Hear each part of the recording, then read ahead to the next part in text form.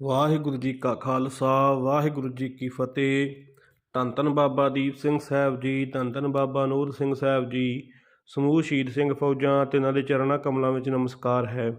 ਸਤਿਗੁਰੂ ਧੰਨ ਗੁਰੂ ਅਰਜਨ ਦੇਵ ਜੀ ਮਹਾਰਾਜ ਸੱਚੇ ਪਾਤਸ਼ਾਹ ਕਹਿੰਦੇ ਨੇ, ਜਪ ਮਨ ਮੇਰੇ ਗੋਬਿੰਦ ਕੀ ਬਾਣੀ, ਸਾਧੂ ਜਨ ਰਾਮ ਰਸਨ ਵਖਾਣੀ। ਇਹ ਸਾਧੂ ਜਿਹੜੀ ਜੀਭਾਂ ਨਾਲ ਪਰਮੇਸ਼ਰ ਦੇ ਗੁਣ ਗਾਉਂਦੇ ਨੇ, ਇਹ ਜੀਭਾਂ ਨਾਲ ਸਦਾ ਮਹਾਰਾਜ ਦੀ ਬਾਣੀ ਗਾਉਂਦੇ ਨੇ। ਇਹ ਮੇਰੇ ਮਨਾ ਤੂੰ ਵੀ ਉਸ ਵਾਹਿਗੁਰੂ ਅਕਾਲ ਪੁਰਖ ਦੀ ਬਾਣੀ ਨੂੰ ਗਾ। ਧੰਨ ਸ਼੍ਰੀ ਗੁਰੂ ਗ੍ਰੰਥ ਸਾਹਿਬ ਜੀ ਮਹਾਰਾਜ ਦੀ ਬਾਣੀ ਨੂੰ ਗਾਉਣਾ ਕਰ, ਉਚਾਰਨ ਕਰ। ਉਹਦੇ ਨਾਲ ਕੀ ਹੋਵੇਗਾ? ਮਹਾਰਾਜ ਜੀ ਕਹਿੰਦੇ ਨੇ, ਜਿਸ ਸਿਮਰਤ ਦੁੱਖ ਸਭ ਜਾਏ, ਨਾਮ ਰਤਨ ਵਸੈ ਮਨ ਆਏ। ਜਿਹੜੇ ਨਾਮ ਦੀ ਭਾਈ ਤੂੰ ਸਦਾ ਪਰਮੇਸ਼ਰ ਦੀ ਰਹਿਮਤ ਮੰਗਦਾ ਫਿਰਦਾ ਹੈ, ਉਹ ਨਾਮ ਦੇ ਵਿੱਚ ਰਹਿਮਤ ਹੈ।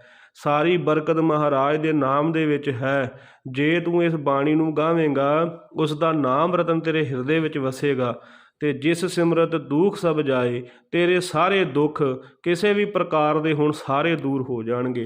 ਸੋ ਖਾਲਸਾ ਜੀ ਮਹਾਰਾਜ ਸੱਚੇ ਪਾਤਸ਼ਾਹ ਕਹਿੰਦੇ ਨੇ, ਬਾਣੀ ਪੜ੍ਹਿਆ ਬਾਣੀ ਗਾਇਆ ਸੁੱਖ ਪ੍ਰਾਪਤ ਹੁੰਦਾ ਹੈ। ਇਹ ਬਾਣੀ ਐਸੀ ਨਿਰਮਲ ਹੈ, ਐਸੀ ਪਾਰਸ ਕਲਾ ਹੈ। ਜਿਹੜਾ ਵੀ ਇਸ ਬਾਣੀ ਨਾਲ ਜੁੜਦਾ ਹੈ, ਜਿਹੜਾ ਵੀ ਇਸ ਬਾਣੀ ਨੂੰ ਗਾਉਂਦਾ ਹੈ, ਮਹਾਰਾਜ ਸੱਚੇ ਪਾਤਸ਼ਾਹ ਦੀ ਕਿਰਪਾ ਸਦਕਾ ਉਹਦੇ ਹਿਰਦੇ ਵਿੱਚ ਸੁੱਖ ਆ ਪੈਂਦਾ ਹੈ ਤੇ ਦੁੱਖ ਦੂਰ ਹੋ ਜਾਂਦਾ ਹੈ। ਹਰ ਪ੍ਰਕਾਰ ਦੀ ਮਨੋਕਾਮਨਾ ਮਹਾਰਾਜ ਪੂਰੀ ਕਰਦੇ ਨੇ। ਪਰ ਇੱਕ ਸ਼ਰਤ ਹੈ ਕਿ ਬਾਣੀ ਨੂੰ ਸ਼ਰਧਾ ਨਾਲ ਪੜ੍ਹਨਾ ਹੈ, ਪ੍ਰੇਮ ਨਾਲ ਪੜ੍ਹਨਾ ਹੈ, ਵਿਸ਼ਵਾਸ ਰੱਖ ਕੇ ਪੜ੍ਹਨਾ ਹੈ। ਜਿਹੜੇ ਮਹਾਰਾਜ ਦੀ ਬਾਣੀ ਉੱਤੇ ਵਿਸ਼ਵਾਸ ਕਰਦੇ ਨੇ, ਉਹਨਾਂ ਨੂੰ ਫਿਰ ਸਤਿਗੁਰੂ ਸੱਚੇ ਪਾਤਸ਼ਾਹ ਆਪਣਾ ਆਪਾ ਵੀ ਜਿਤਾ ਦਿੰਦੇ ਨੇ ਕਿ ਭਾਈ ਮੈਂ ਸਦਾ ਅੰਗ ਸੰਗ ਹਾਂ। ਸੋ ਆਪ ਜੀ ਸਭ ਸਰਵਣ ਕਰਦੇ ਹੋ ਬਾਬਾ ਦੀਪ ਸਿੰਘ ਸਾਹਿਬ ਜੀ ਦੇ ਦਰ ਆਉਣ ਵਾਲੀਆਂ ਸੰਗਤਾਂ ਦੀਆਂ ਹੱਡ ਬੀਤੀਆਂ।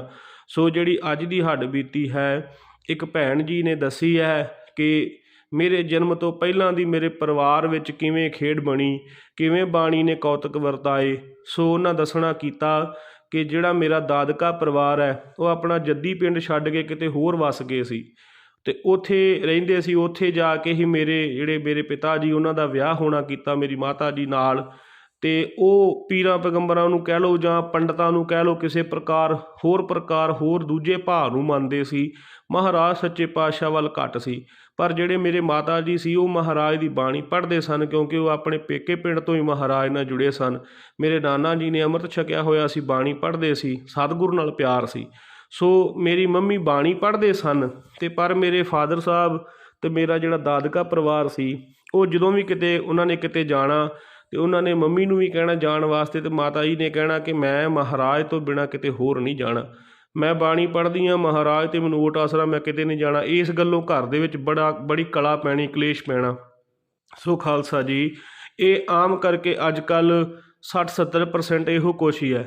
ਜਦੋਂ ਵੀ ਆਪਾਂ ਆਪਣੀਆਂ ਧੀਆਂ ਨੂੰ ਵਿਆਹੁਣਾ ਹੈ, ਇਹ ਚੀਜ਼ ਤੋਂ ਵਿਚਾਰ ਕਰਨੀ ਚਾਹੀਦੀ ਹੈ। ਸਤਿਗੁਰੂ ਸੱਚੇ ਪਾਤਸ਼ਾਹ ਧੰਨ ਗੁਰੂ ਗੋਬਿੰਦ ਸਿੰਘ ਸਾਹਿਬ ਜੀ ਮਹਾਰਾਜ ਜੀ ਨੇ ਕਹਿਣਾ ਵੀ ਕੀਤਾ ਹੈ ਕਿ ਜੇ ਕੋਈ ਸਿੱਖ ਹੈ, ਜੇ ਕੋਈ ਕਿਸੇ ਦਾ ਮਾਂ ਪਿਓ ਅੰਮ੍ਰਿਤਧਾਰੀ ਹੈ, ਪਰ ਉਹਦੇ ਬੱਚਿਆਂ ਨੇ ਭਾਵੇਂ ਅੰਮ੍ਰਿਤ ਨਹੀਂ ਛਕਿਆ, ਪਰ ਫਿਰ ਵੀ ਸਤਿਗੁਰੂ ਨੇ ਹੁਕਮ ਕੀਤਾ ਹੈ ਕਿ ਮੋਨੇ ਨੂੰ ਕਦੇ ਕੁੜੀ ਨਹੀਂ ਦੇਣੀ, ਮੋਨੇ ਨਾਲ ਕੋਈ ਸੰਬੰਧ ਨਹੀਂ ਰੱਖਣਾ। ਕਿਉਂਕਿ ਜਿਹੜਾ ਸਤਿਗੁਰੂ ਦਾ ਪਹਿਲਾ ਹੁਕਮ ਨਹੀਂ ਮੰਨ ਸਕਿਆ, ਉਹ ਕਿੱਥੋਂ ਭਾਈ ਤੇਰੀ ਇੱਜ਼ਤ ਨੂੰ ਰੱਖ ਸਕੇਗਾ।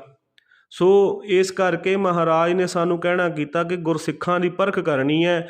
ਪਰਖ ਕਰਕੇ ਉਹਨਾਂ ਘਰਾਂ 'ਚ ਆਪਣੀਆਂ ਬੱਚੀਆਂ ਦੇਣੀਆਂ ਜਿਹੜੇ ਬਾਣੀ ਪੜ੍ਹਦੇ ਨੇ, ਅੰਮ੍ਰਿਤ ਵੇਲੇ ਉੱਠਦੇ ਨੇ। ਪਰ ਅੱਜ ਕੱਲ੍ਹ ਜਿਹੜਾ ਉਲਟੀ ਹਵਾ ਚੱਲੀ ਹੋਈ ਹੈ, ਅੱਜ ਕੋਲ ਕੋਈ ਮਾਂ ਪਿਓ ਨੂੰ ਪੁੱਛਦਾ ਵੀ ਨਹੀਂ, ਆਪਣੇ ਆਪ ਹੀ ਸਭ ਕੁਝ ਚੱਲ ਰਿਹਾ ਹੈ। ਸੋ ਸਤਿਗੁਰੂ ਸੱਚੇ ਪਾਤਸ਼ਾਹ ਦੇ ਬੇਅੰਤ ਬਚਨ ਹੈ ਦਸਮ ਬਾਣੀ ਦੇ ਵਿੱਚ। ਮਹਾਰਾਜ ਜੀ ਨੇ ਆਉਣ ਵਾਲੇ ਸਮੇਂ ਬਾਰੇ ਬਹੁਤ ਕੁਝ ਲਿਖਿਆ, ਉਹੀ ਕੁਛ ਹੋ ਰਿਹਾ। ਚਲੋ ਰਹੋ ਵਿਚਾਰ। ਉਹ ਕਹਿੰਦੇ ਕਿ ਮੇਰੇ ਮਾਤਾ ਜੀ ਬਾਣੀ ਪੜ੍ਹਦੇ ਸਨ, ਅਤੇ ਉਹਨਾਂ ਨੇ ਜਦੋਂ ਕਿਤੇ ਜਾਣਾ ਹੁੰਦਾ, ਉਹਦੇ ਸਾਡੇ ਘਰ ਕਲੇਸ਼ ਪੈ ਜਾਣਾ, ਬਹੁਤ ਲੜਾਈ ਹੋਣੀ, ਅਤੇ ਮਾਤਾ ਜੀ ਨੇ ਕਿਤੇ ਜਾਣਾ ਨਾ। ਫਿਰ ਇੱਦਾਂ ਦਾ ਘਰ ਦੇ ਵਿੱਚ ਹੋਇਆ, ਇਹੋ ਜਿਹੀ ਖੇਡ, ਇਹੋ ਜਿਹਾ ਭਾਣਾ ਵਰਤਿਆ ਕਿ ਕਲਾ ਕਲੇਸ਼ ਜ਼ਿਆਦਾ ਹੋਣ ਲੱਗ ਪਈ। ਅਤੇ ਫਿਰ ਜਿਹੜੇ ਮੇਰੇ ਦਾਦਕੇ ਸੀ, ਉਹਨਾਂ ਨੇ ਸਾਨੂੰ ਘਰੋਂ ਕੱਢ ਦਿੱਤਾ ਸੀ, ਮੇਰੇ ਮਾਂ ਅਤੇ ਮੇਰੇ ਪਿਓ ਨੂੰ। ਅਤੇ ਫਿਰ ਸਾਡੇ ਡੈਡੀ ਜੀ ਦੇ ਫੁੱਫੜ ਜੀ ਸੀ, ਉਹਨਾਂ ਨੇ ਕਹਿਣਾ ਕੀਤਾ ਵੀ ਭਾਈ ਤੁਸੀਂ ਆਪਣੇ ਜਿਹੜਾ ਜੱਦੀ ਪਿੰਡ ਛੱਡ ਕੇ ਆਏ ਹੋ, ਉੱਥੇ ਚਲੇ ਜਾਓ। ਫਿਰ ਕਹਿੰਦੇ ਉਦੋਂ ਮੀਂਹ ਪੈਂਦਾ ਸੀ, ਹਨੇਰੀ ਆਉਂਦੀ ਸੀ, ਮੌਸਮ ਖਰਾਬ ਸੀ, ਉਸ ਵੇਲੇ ਘਰੋਂ ਕੱਢ ਦਿੱਤਾ ਸੀ। ਤੇ ਉਦੋਂ ਉਹਨਾਂ ਨੇ ਸਿਰਫ ਅੱਧੀ ਬੋਰੀ ਕਣਕ ਦੀ ਦਿੱਤੀ ਸੀ ਗੁਜਰਾਨ ਕਰਨ ਵਾਸਤੇ। ਸੋ ਖਾਲਸਾ ਜੀ ਇਹੋ ਜਿਹੇ ਹਾਲਾਤ ਵੀ ਬਣ ਜਾਂਦੇ ਨੇ, ਪਰ ਮਹਾਰਾਜ ਦਾ ਓਟ ਆਸਰਾ ਕਹਿੰਦੇ ਮੇਰੇ ਮਾਤਾ ਜੀ ਨਹੀਂ ਛੱਡਿਆ।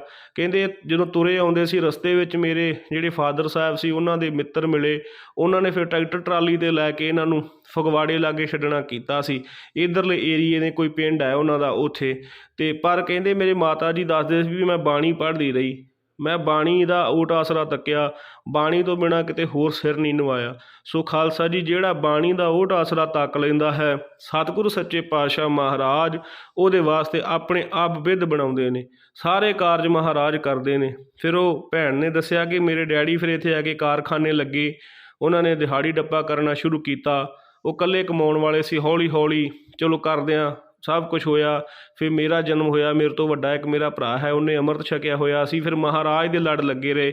ਅਸੀਂ ਬਾਣੀ ਪੜ੍ਹਦੇ ਹਾਂ ਸ਼ੁਰੂ ਤੋਂ ਹੀ, ਅਸੀਂ ਵੀ ਕਦੇ ਕਿਸੇ ਹੋਰ ਜਗ੍ਹਾ 'ਤੇ ਨਹੀਂ ਗਏ, ਸਿਰਫ ਗੁਰੂ ਘਰੇ ਜਾਂਦੇ ਹਾਂ। ਅਤੇ ਸਾਡੀ ਮੰਮੀ ਬਹੁਤ ਬਾਣੀ ਪੜ੍ਹਦੀ ਸੀ, ਪਰ ਸਾਡਾ ਡੈਡੀ ਬਾਣੀ ਨਹੀਂ ਸੀ ਪੜ੍ਹਦਾ, ਸਾਡੀ ਮਾਤਾ ਜੀ ਬਹੁਤ ਬੇਅੰਤ ਬਾਣੀ ਪੜ੍ਹਦੇ ਸਨ। ਅਤੇ ਇਹ ਬਾਣੀ ਦਾ ਪ੍ਰਤਾਪ ਹੀ ਹੁੰਦਾ ਹੈ, ਜਿਹੜਾ ਕੋਈ ਬਾਣੀ ਪੜ੍ਹਦਾ ਹੈ ਸਤਿਗੁਰੂ ਸੱਚੇ ਪਾਤਸ਼ਾਹ ਮਹਾਰਾਜ ਉਹਦੇ ਦੁੱਖ ਇੱਕ ਨਾ ਇੱਕ ਦਿਨ ਜ਼ਰੂਰ ਕੱਟਦੇ ਨੇ, ਕਿਉਂਕਿ ਮਹਾਰਾਜ ਦਾ ਬਚਨ ਹੈ ਜਿਹੜਾ ਕੋਈ ਬਾਣੀ ਪੜ੍ਹਦਾ ਹੈ ਉਹਦੇ ਨਾਲ ਮਹਾਰਾਜ ਆਪ ਰਹਿੰਦੇ ਨੇ, ਕਿਉਂਕਿ ਸ਼ਬਦ ਅਵਤਾਰ ਹੈ ਨਾ ਸਤਿਗੁਰੂ, ਸ਼ਬਦਾ ਸਰੂਪ ਹੈ। ਜਿਹੜਾ ਇਹ ਸ਼ਬਦ ਨੂੰ ਗਾਉਂਦਾ ਹੈ ਸਤਿਗੁਰੂ ਉਹਨਾਂ ਦੇ ਕੋਲ ਖੜਦੇ ਹਨ।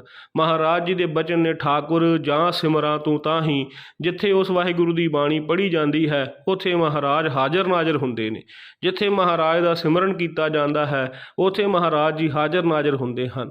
ਸੋ ਸੰਗਤ ਵਿੱਚ ਮਹਾਰਾਜ ਤਾਂ ਵਸਦੇ ਨੇ ਕਿਉਂਕਿ ਸੰਗਤ ਬਾਣੀ ਪੜ੍ਹਦੀ ਹੈ, ਜਪ ਕਰਦੀ ਹੈ।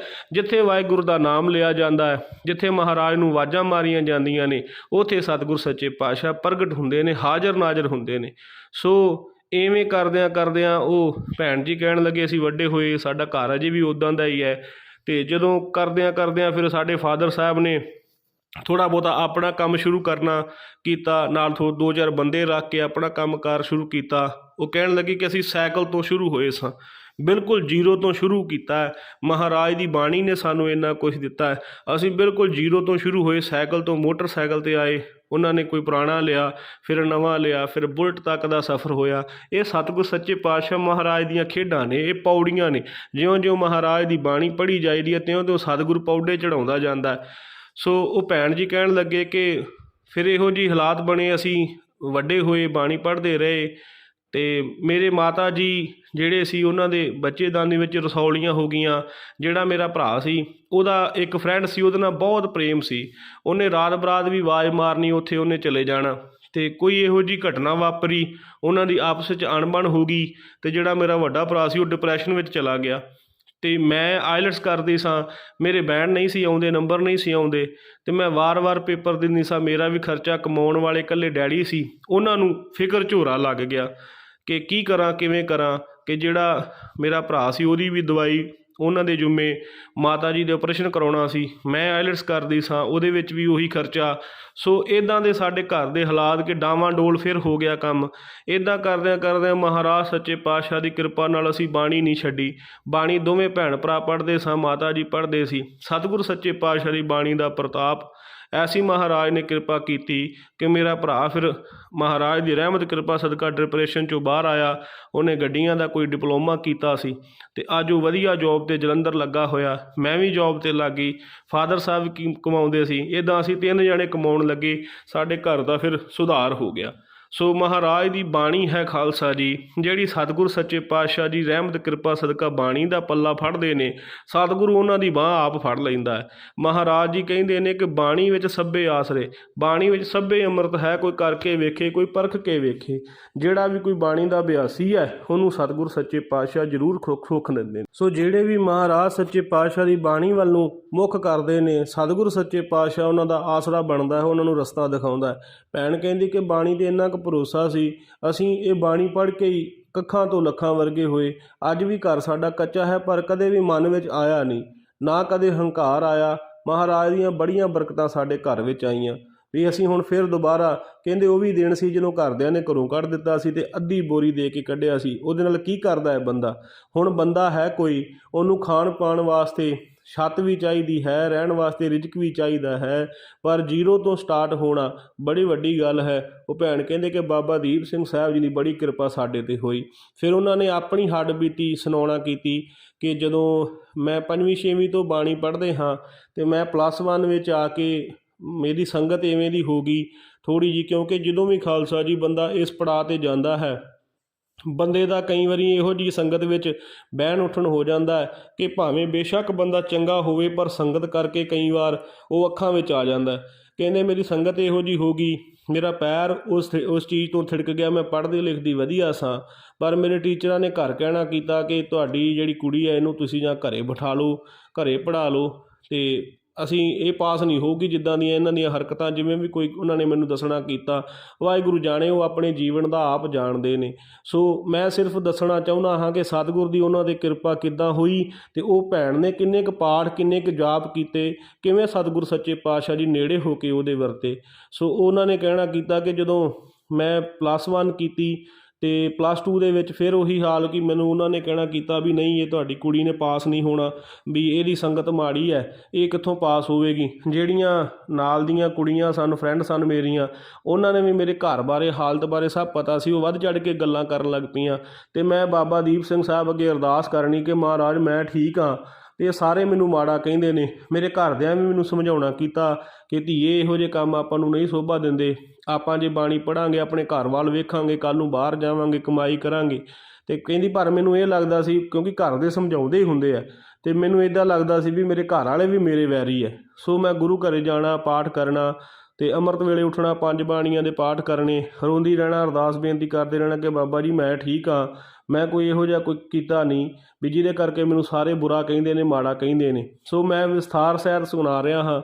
ਉਹਨਾਂ ਨੇ ਅਤੇ ਮਹਾਰਾਜ ਦੀ ਕਿਰਪਾ ਸਦਕਾ ਮੈਨੂੰ ਕਾਫੀ ਚੀਜ਼ ਕੁਛ ਭੇਜਿਆ ਹੈ, ਅਤੇ ਬੋਲਦਿਆਂ ਕਈ ਵਾਰ ਚੀਜ਼ਾਂ ਮਾਈਂਡ ਵਿੱਚੋਂ ਨਿਕਲ ਵੀ ਜਾਂਦੀਆਂ ਨੇ, ਪਰ ਸਤਿਗੁਰ ਸੱਚੇ ਪਾਤਸ਼ਾਹ ਦੀ ਜਿਨ੍ਹਾਂ 'ਤੇ ਕਿਰਪਾ ਹੁੰਦੀ ਹੈ, ਸਿਰਫ ਆਪਾਂ ਉਹ ਚੀਜ਼ ਵੇਖਣੀ ਹੈ ਕਿ ਕਿਵੇਂ ਕੋਈ ਮਹਾਰਾਜ ਅੱਗੇ ਪੱਲਾ ਅੜਦਾ ਹੈ ਅਤੇ ਕਿਵੇਂ ਸਤਿਗੁਰ ਸੱਚੇ ਪਾਤਸ਼ਾਹ ਉਹਦੀ ਝੋਲੀ ਭਰ ਦਿੰਦੇ ਨੇ। ਇਹ ਬਾਣੀ ਪੜ੍ਹਨ ਵਾਲਿਆਂ ਨੂੰ ਸਭ ਪਤਾ ਹੈ। ਸੋ ਭੈਣ ਕਹਿਣ ਲੱਗੀ, ਮੈਨੂੰ ਉਹਨਾਂ ਦੀ ਇੱਕ ਚੀਜ਼ ਸਭ ਤੋਂ ਵਧੀਆ ਲੱਗੀ। ਉਹ ਕਹਿੰਦੇ ਕਿ ਮੈਂ ਬਾਣੀ ਦਾ ਪਾਠ ਕਰਦੀ ਹਾਂ, ਕਿਵੇਂ ਕਿ 5 ਸੁਖਮਨੀ ਸਾਹਿਬ ਦੇ ਪਾਠ ਮੈਂ ਇੱਕ ਦਿਨ 'ਚ ਕਰਦੀ ਸਾਂ, ਦੁੱਖ ਭੰਜਣੀ ਸਾਹਿਬ ਦਾ ਪਾਠ ਕਰਨਾ, ਅੰਮ੍ਰਿਤ ਵੇਲੇ 5 ਬਾਣੀਆਂ ਦੇ ਪਾਠ ਕਰਨੇ, ਸ਼ਾਮ ਨੂੰ ਰਹਿਰਾਸ ਸਾਹਿਬ ਕਰਨੀ। ਖਾਲਸਾ ਜੀ ਜਿਨ੍ਹਾਂ ਦਾ ਇੰਨਾ ਨੇਮ ਹੋਵੇ, ਸਤਿਗੁਰੂ ਉਹਨਾਂ ਦੀ ਕਿਉਂ ਨਹੀਂ ਸੁਣੇਗਾ। ਅੱਜ ਕਈ ਹੱਡ ਬੀਤੀਆਂ ਜਦੋਂ ਸੁਣਾਉਂਦਾ ਹਾਂ, ਵਿੱਚ ਕਮੈਂਟ ਵੀ ਆਉਂਦੇ, ਫੋਨ ਵੀ ਆਉਂਦੇ, ਉਹ ਪੁੱਛਦੇ ਨੇ ਕਿ ਕਿਵੇਂ ਅਸੀਂ ਬਾਬਾ ਦੀਪ ਸਿੰਘ ਸਾਹਿਬ ਦੇ ਦਰਸ਼ਨ ਕਰੀਏ।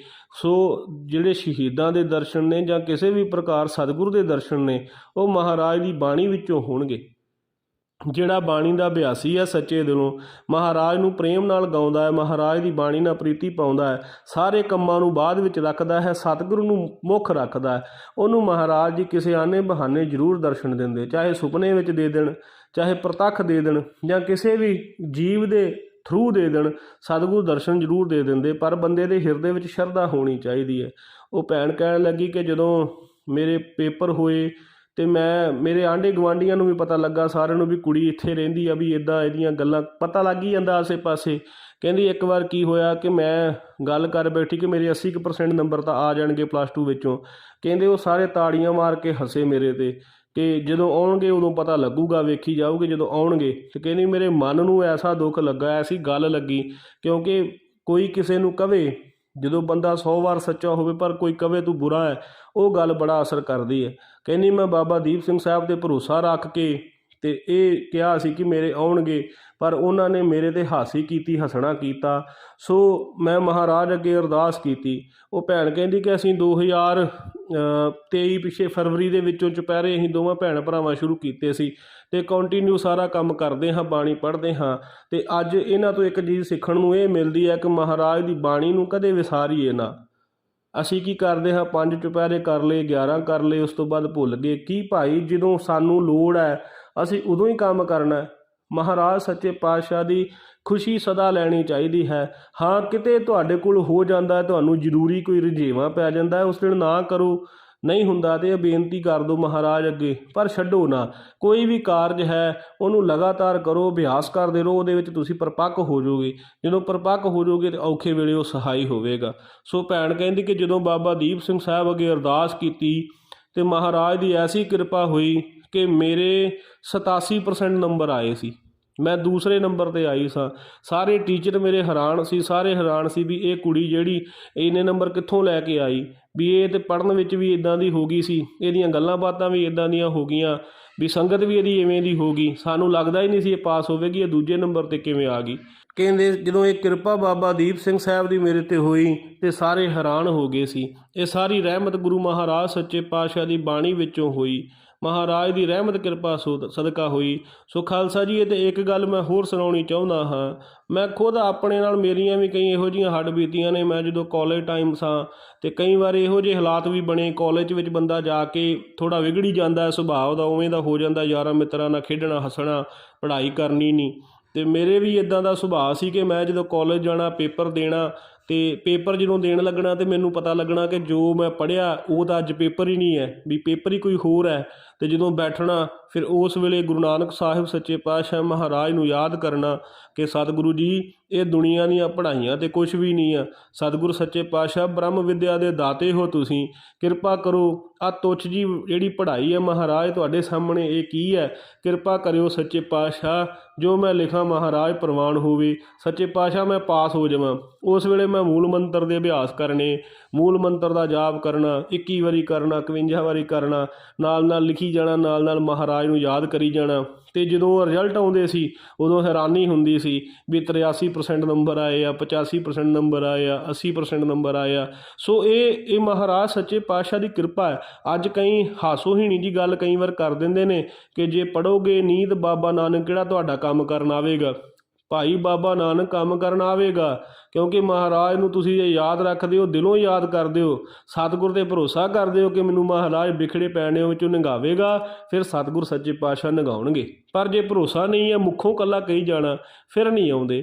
ਹਾਂ, ਥੋੜ੍ਹਾ ਜਿਹਾ ਹਿੰਮਤ, ਥੋੜ੍ਹਾ ਜਿਹਾ ਪਿਆਰ ਸਤਿਕਾਰ ਕਰਨਾ ਪੈਂਦਾ, ਫਿਰ ਸਤਿਗੁਰ ਸੱਚੇ ਪਾਤਸ਼ਾਹ ਹਰ ਕਾਰਜ ਵਿੱਚ ਸਫਲਤਾ ਬਖਸ਼ਦੇ ਨੇ। ਸੋ ਇਵੇਂ ਉਹ ਭੈਣ ਨੇ ਦੱਸਿਆ ਕਿ ਇੱਦਾਂ ਮਹਾਰਾਜ ਦੀ ਰਹਿਮਤ ਹੋਈ। ਫਿਰ ਕਹਿੰਦੀ ਕਿ ਮੇਰਾ ਬੜਾ ਸ਼ੌਂਕ ਹੈ ਮਹਾਰਾਜ ਦੇ ਘਰ ਜਾਣਾ, ਚੁਪਹਿਰਾ ਸਾਹਿਬ ਦੀ ਸੇਵਾ ਨਿਭਾਉਣੀ। ਕਹਿੰਦੀ ਮੈਂ ਚੁਪਹਿਰਾ ਸਾਹਿਬ ਦੀ ਸੇਵਾ ਨਿਭਾਉਣ ਜਾਣਾ ਅਤੇ ਜਦੋਂ ਪਿੰਡ ਵਿੱਚੋਂ ਕਿਸੇ ਨੇ ਜਾਣਾ ਮੈਂ ਉਹਨਾਂ ਨੂੰ ਵੀ ਕਹਿ ਦੇਣਾ ਵੀ ਮੈਨੂੰ ਨਾਲ ਲੈ ਜਾਇਆ ਕਰੋ।